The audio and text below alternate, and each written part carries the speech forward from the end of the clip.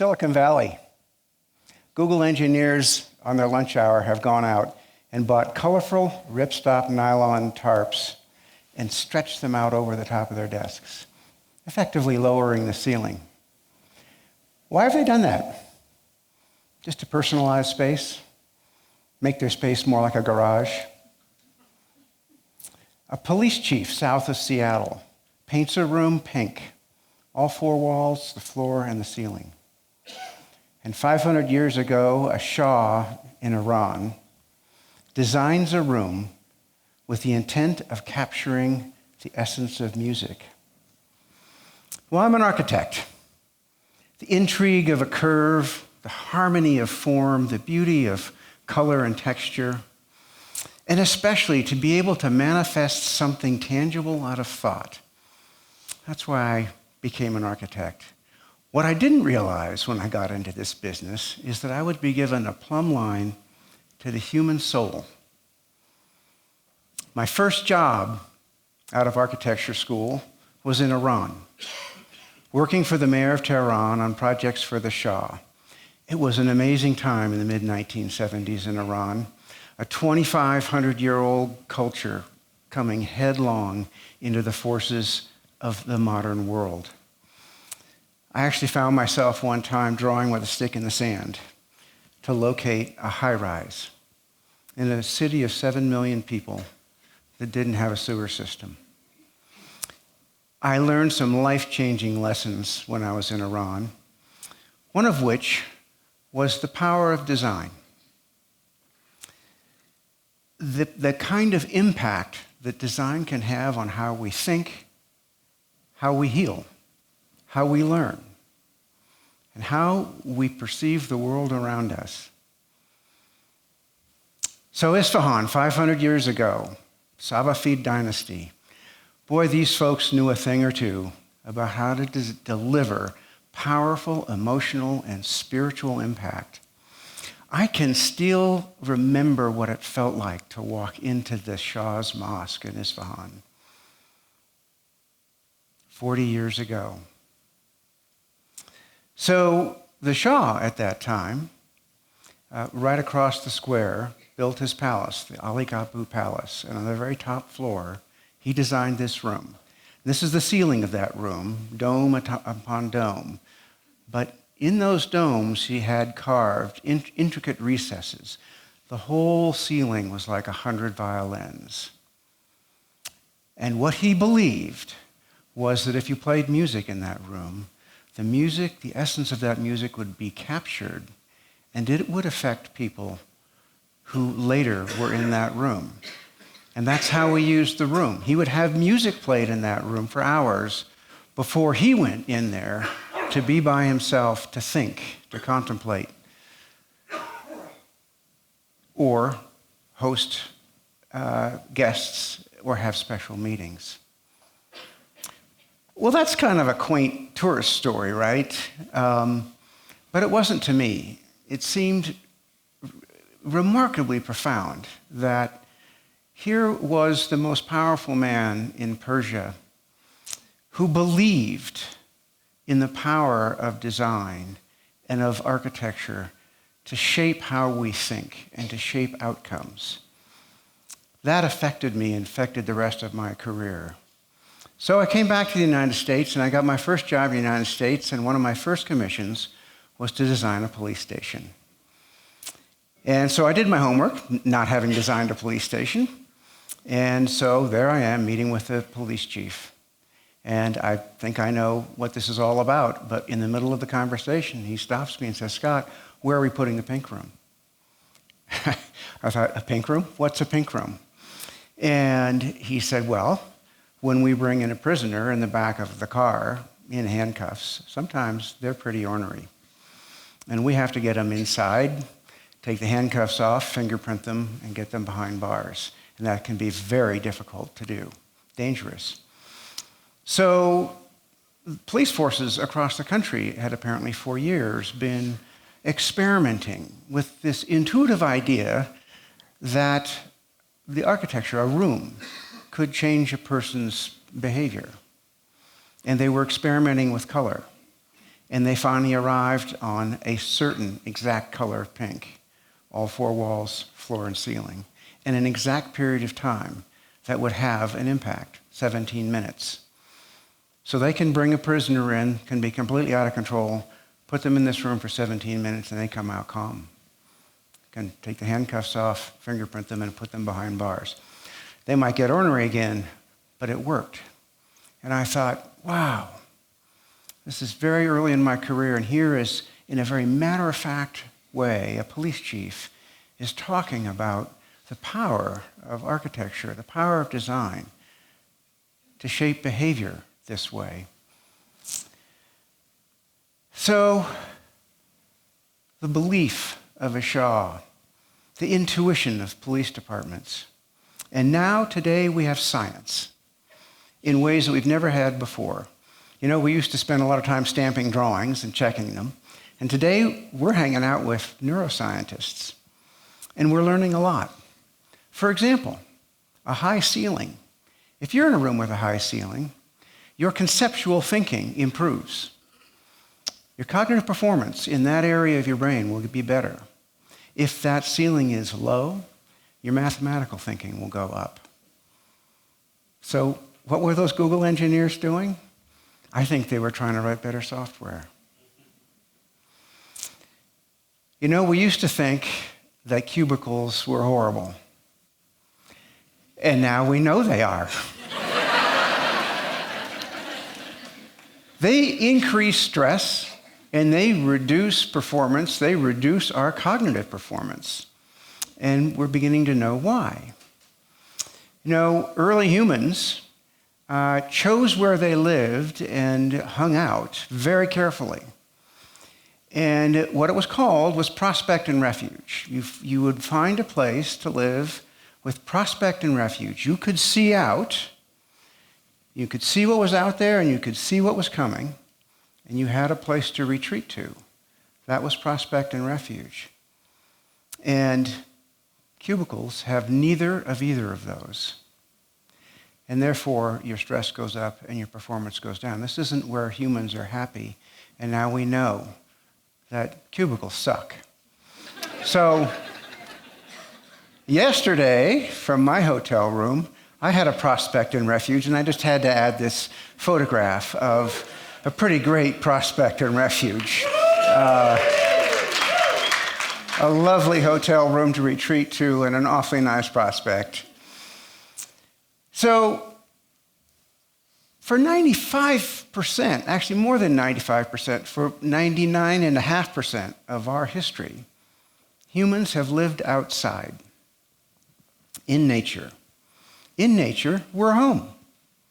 And now there's a term for it, biophilia. It was a word that was coined by E.O. Wilson, and it was the title of a book that he wrote. And what that refers to is this powerful bond between human beings and nature, plants and animals.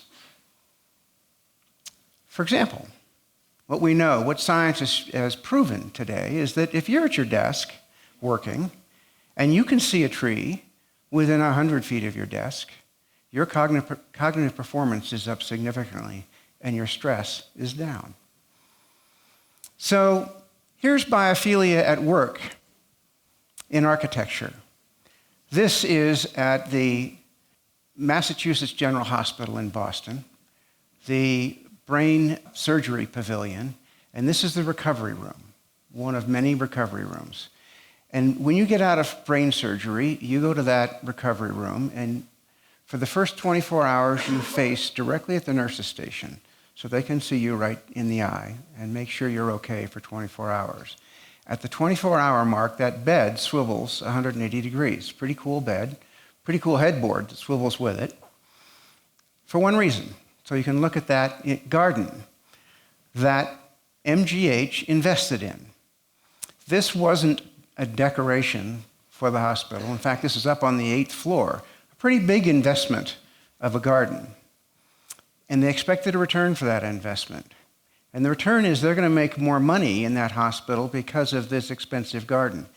And how are they going to do that? Because this patient's going to go home sooner, and they're going to have a faster recovery because after 24 hours, they spend every waking minute looking at that garden. Biophilia is real, and it changes us in profound ways. So I had the opportunity to work with Samsung. I worked with the CEO of Samsung in Seoul at a time when they were planning on changing the company dramatically. And we won the commission to design their American headquarters in San Jose. But what he explained to me was he needed to change the culture of the entire company, and that was going to start here in Silicon Valley. And he needed to change the company from being what they called a fast follower. They could take anybody's idea and make it better or perfect it for the market. And they're really good at that. But they realized that was going to run out of space in the market, and they needed to change and become an innovative leader. And he knew that that was a completely different culture. And could we design a building that enabled that enabled cultural change and creative performance? So we set out to design what we call a generative building. A generative building generates relationships rather than generates silos. When white-collar work was invented at the beginning of the last century, we worked by ourselves. It was almost all solo work. You could have floors of an office building and have maybe a scattering of 1 or 2 conference rooms, and they were usually empty. Today, the desk seats are empty and the conference rooms are full. Why is that? Because work is now collaborative, and the least productive time in an office is when you're working by yourself. So how can we go from solo environments and buildings that encourage and enable solo work to buildings that encourage and enable teamwork and chance meetings of people that you don't see every day? So we started using design computation to figure out floor plans and building arrangements using many, many avatars, going through the day in the life of various workers to say, how many different distinct people do I see in the course of a day? And by the way, we also tried to calculate, well, we did calculate, how many calories does the average person burn in a day, with the idea that we would maximize both numbers. You would burn more calories and you'd see more distinct people. And if we did that, you would be a more creative, innovative company. And science has proven that to be true, and that was what this building was about. We also brought a little of a biophilia into it as well, and outdoors. Every 3rd floor was actually an outdoor floor. It was a workplace, but you were outside. And, you know, when we're outside, remember, biophilia, 99% of our existence on this planet, when we're outside, we're home. And it's at our highest performance is we're outside, we're in motion, and there's a little bit of risk. That is the highest possible human performance. So we have these floors, every 3rd floor on the building. Some of these ideas, probably our boldest shot yet, is at Amazon in Seattle. We've designed 3 1 million square foot towers, and right in the middle of those 3 towers are these 3 spheres. And this is an alternative workplace. And these 3 spheres are being filled with thousands of plants. Some of them are endangered species that will be hopefully survive through this amazing building. It will hold 750, 800 people at a time, and it's really for the workers of Amazon to use. Basically, take your laptop anytime you want, work there for as long or as short a period of time as you like. It is an investment in performance. It is an investment in reducing stress and increasing creativity and increasing cognitive performance. That's an amazing investment. That is a belief, an intuition, and science that has brought together these biospheres that are really just a workplace. It doesn't end there. All through the building, we've run gardens all through the building and out onto the roofs. And this roof actually is a dog park because they've taken biophilia to include animals.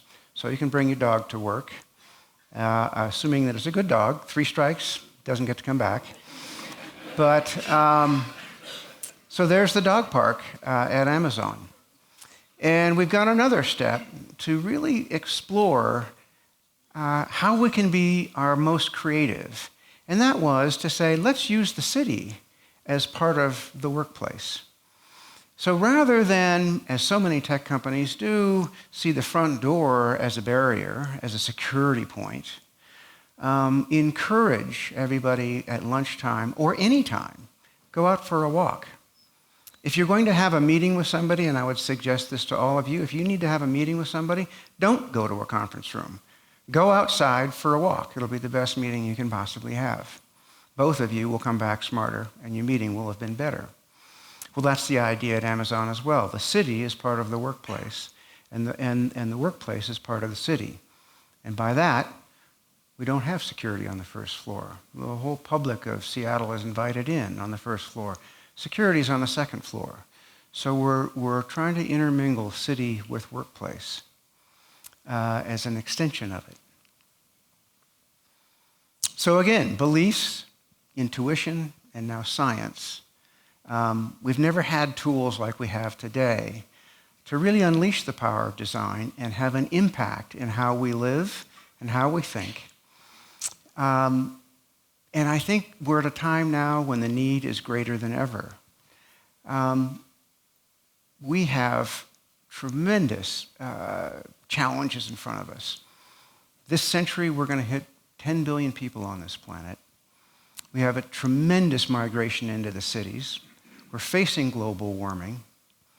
And we are going to live in cities, and these cities are going to be dense. And we need to live in cities. It is the only way that we're going to survive on this planet and keep life on this planet at the highest possible level. But city density is going to be an interesting thing for designers and for all of us. Take my hometown, Seattle. It's the 10th densest city in the country. It's got 8,000 people per square mile, so there's 8 dots in a square. New York, the densest city in this country, 28 dots in that square. Densest city in the world, Manila, 111,000 people per square mile. And this is going to grow. The cities are going to get bigger and they're going to get denser. And what's that going to be like?